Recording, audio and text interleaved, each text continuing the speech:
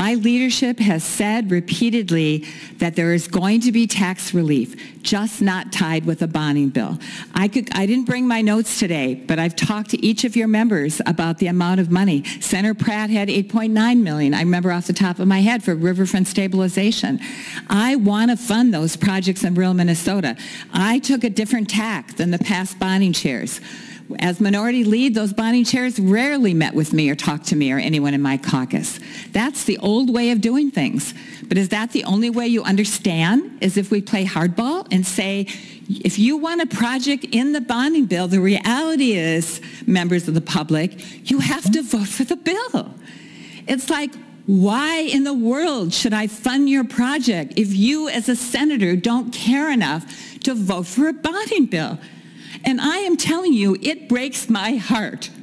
And I said that on the floor of the Senate, and I said I wasn't going to cry then, because I want to help your local districts. But you got to work with me. Senator Housley, we had 9 meetings in January and February, and you only showed up for 3 of them.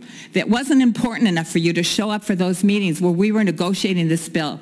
This bill, 1.1 million of this bill, was negotiated by Senator Tom Bach last year, your bonding chair. And I didn't go in and tear it apart. I picked it up and said, okay, that was fairly negotiated. These are great agency projects for rural Minnesota.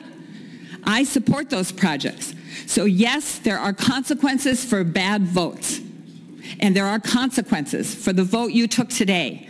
Now that bill is still sitting. It's laid over.